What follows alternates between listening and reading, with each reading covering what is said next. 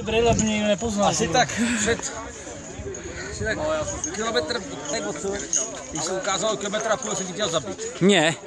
A Ríšu? Ríšu ne. No má medaily, ale.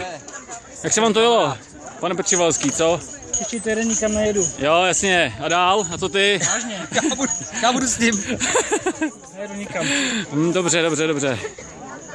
Protože ty v čem poletíš, já ti rozumím. Teď jsem tě odhalil. Ty vole, a tam to je... Tak maminko, povídej, jak se ti jelo.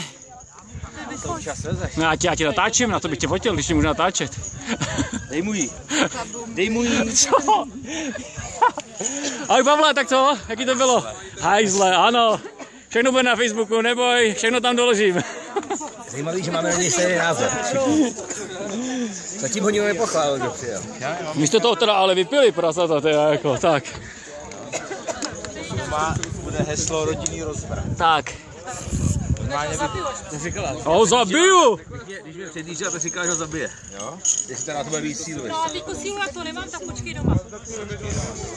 Čekej, už se těším.